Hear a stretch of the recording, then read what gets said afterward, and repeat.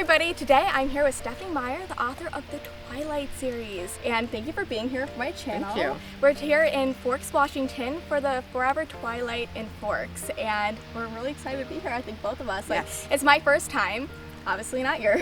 This is my second time at Forever Twilight in Forks. Oh my god, yeah, you went last year, correct? 2 years ago. 2 years ago. Oh, how was it then?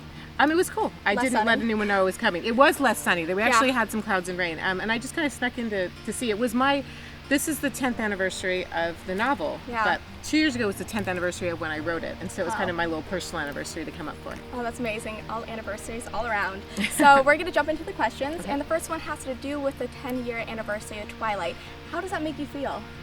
Really, really old. I mean, like seriously old. Some of the very first fans that I got to know, I just recently saw pictures from one of their college graduations, not high school graduation, college, and I still think of her as little and wee, and it just boggles my mind. But you know, that being said, my son also graduated from high school, and so that is sort of because he was a baby when I started writing, and yeah, it's old. So your books play a huge part in young adult lives. What was your favorite young adult book when you were a young adult, or not even young adult book, like an adult book, any type of novel? The first book I ever read was The Sword of Shannara by Terry Brooks. It's this great big, like 700 page, and I think I was 7, and my dad was reading to us at night, and I wanted so much to know what was going to happen next that I would sneak into his closet during the day and just read ahead. And so I never really stopped to think, oh, I need to be reading books with pictures or, children's books, really what I should have been reading. But so I just started right into the thick ones, and I think I went to Gone with the Wind next when I was 8. So, I started with the thick ones, and then I rediscovered the Anne of Green Gables and the Lois Duncan and all the other fun stuff that's out there. I was like the total opposite. I was like picture books, and I slowly got into the long books. Now 700 pages is kind of normal, even though it's still very long and hard to fit into bags. But that's the best part, is because if you get a little book and it's fantastic, it ends. It ends. I hate that. I want a I big, don't like thick books book that ending. I can live in for a long time. Exactly, and then reread and live in it Yes. again. So along with the last question, how do you think the YA landscape has changed? It's become a lot larger, and it's great because it's a time in your life, I know for me anyway, when you're looking for your voice. Yeah. And I found my voice in books. I like to read, I like to live those adventures, but there were, I was reading Gone with the Wind because there weren't a ton of books that were there meant specifically for me. And I love now that you can find whatever it is that is exactly right for you. You're gonna be able to find it because there's so many options. Oh, there's so many options nowadays. Like I was talking to some of my older friends, and they said when they were young adults, there was never a young adult section at the bookstore. Now there's a huge section, and some bookstores only have young adult books there, so it's amazing. That's really funny? Wow. Like, yes, I love those types of bookstores. So what was your favorite book to write out of all the Twilight novels? See, and that's really hard because I don't have a favorite. They all had, Twilight obviously was my first experience with writing. It was an amazing cathartic thing and magical in that I discovered I loved writing my ideas down. That I could go back and revisit them, and it was just really, so I guess in some ways that was an amazing experience. New Moon was not a great writing experience because I had to be very depressed while I was writing it. But I felt like I had grown a lot in my abilities, and so I enjoyed that. And then Eclipse was just almost kind of soap opera-y fun, right? I got really into the triangle and all of the action, and so that was a lot of fun too. And then Breaking Dawn, I got to give everyone a happy ending. So that also, like I said, I can't decide. Yeah, they all have something special to you. Yes. The next question is, if you were a vampire, what would your vampire ability be?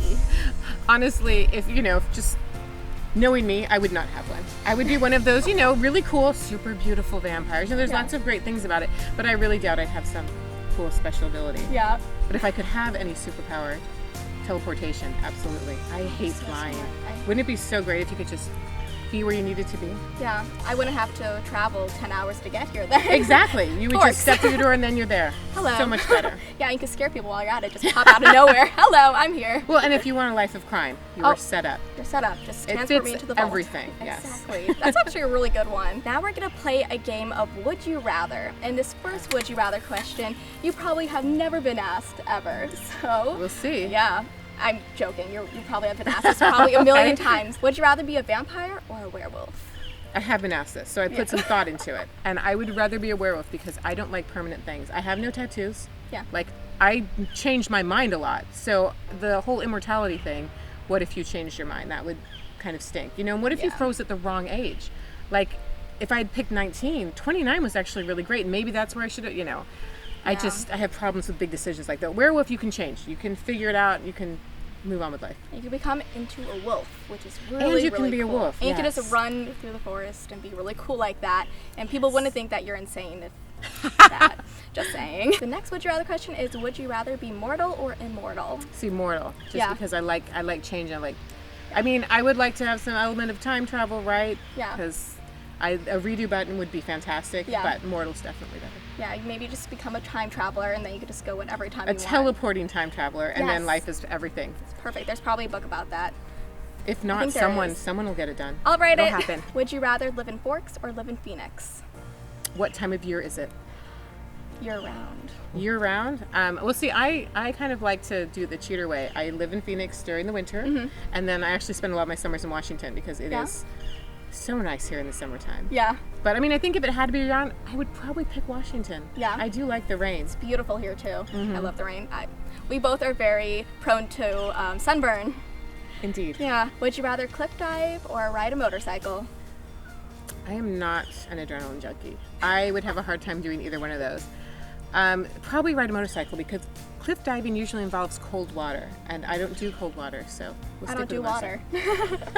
I'm scared of oceans and large bodies of water. Okay, so if you're a vampire, would you rather give up sleeping or give up eating? Eating. Sleeping is the best thing in the world. I know, I really like sleep. Yes. Okay, so now we're going to be doing a lightning round of questions, but the lightning round won't be very lightning. We're going to actually discuss it, but they're fun questions, so are you ready? I'm ready. Okay, so the first one is, what's your favorite Disney princess? Oh, Belle. Oh, because she reads. Yeah, and she's cool, and she has a handsome prince, and he was a beast before, and that's really cool. Favorite Disney villain? Maleficent. But, me too. Okay, but the old Maleficent. I don't want the sympathetic backstory and really it's a good person. I didn't see it. Because I didn't want to see her being a good guy. She's evil. Yeah. Now you deal with me and all the powers of hell. She just owned it, and I love that. She's so cool. Favorite TV show? Supernatural. Oh, so good. Got into it late in life, became addicted. Yeah, marathoned all the seasons. Yes. Yeah, that's what I did. But I've kind of slowed down towards the end of the season, so I'm 3 seasons behind now. I need to catch up. And you call yourself a fan. I know, so it's horrible. Should just be eaten by a demon. What's one thing that makes you smile? My kids. Oh, what's your favorite book? Hardest question for a reader I don't ever. have a favorite book. There's too many. The ones that I've probably read the most, Pride and Prejudice, read it all the time. Ender's Game and Speaker for the Dead, all the time. So those, I guess I'd have to say those just because I picked them up so much. Yeah. Oh my gosh, Pride and Prejudice.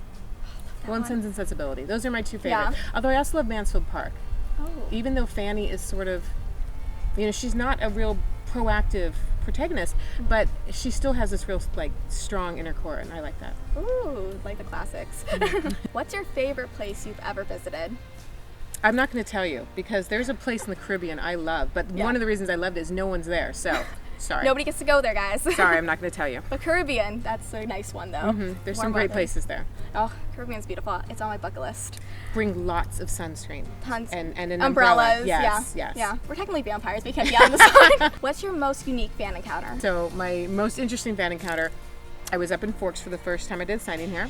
And I had recently received a letter that was not a fan letter. It was someone who was really disappointed. I think that New Moon was about to come out, and there was someone who had read an arc and put online everything that happened, and Edward leaves and all this stuff. And Edward left. She was very, very sad about the things she'd heard. She hadn't had a chance to read it yet. And so I had written back to her and just sort of explained why some of it needed to happen, what it meant to me, and knowing that the story means something different for everyone. And then I just happened to run into her not very much later. She was at Bella Italia, and I'd gone there with this group of girls, and she would talk to me, and I remembered her name, and we had this really nice chat. But it was so random because I really wanted a chance to talk to her and be like, I'm sorry that you're sorry. I don't like people to be unhappy, and so it was nice that I had a chance to work that out. Yeah, that's really funny how you just ran into her. It was so random. Oh my gosh, at a good restaurant. What's your favorite bookstore you've ever been to? Changing Hands in Tempe, Arizona. They're like my home away from home. Yeah. Love bookstores. So last question for the lightning round before the last question of this video is, what's your favorite book genre that isn't your own? I've done science fiction, so I probably can't. I haven't done straight up fantasy yet, so I'll say fantasy with a map in the front piece, that kind of fantasy. Love that. fantasy. I love the maps. Yes, I do too. Yeah, they're so cool. You get to visualize where it is. Okay, and the last question that we have is, do you have any future books in the works? There are some things. Hopefully, I would say 2016. Fingers crossed. No guarantees. Yeah. So, but it's not a Twilight book. It's not The Host. It's not aliens or vampires. So no one will read it but me. But I'll that's read it. great. Okay. Don't worry. All right. Well, thank you so much for being here on my channel, and thanks for being here in Forks for this amazing event. I'm so happy you're here. Thank you guys for watching, and I'll see you next time. Bye.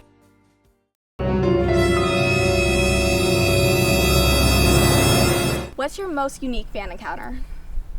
Funny, weird. It wasn't weird. It was interesting. Yeah. So many years ago, when I was here in Forks the first time that I did the signing, I had recently received. It wasn't a fan letter. It was a letter from.